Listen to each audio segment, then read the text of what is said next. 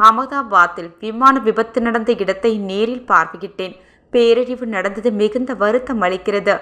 கற்பனை செய்ய முடியாத துயரத்தில் தங்கள் அன்புக்குரியவர்களை இழந்தவர்களுடன் எனது எண்ணங்கள் உள்ளன என சமூக வலைதளத்தில் பிரதமர் மோடி பதிவிட்டுள்ளார். விமான விபத்தில் உயிர் தப்பிய விஸ்வாஸ் என்பவரிடம் பிரதமர் மோடி நலம் விசாரித்தார். விமான விபத்து குறித்து பிரதமர் மோடி அதிகாரிகளுடன் ஆலோசனை நடத்தினார்.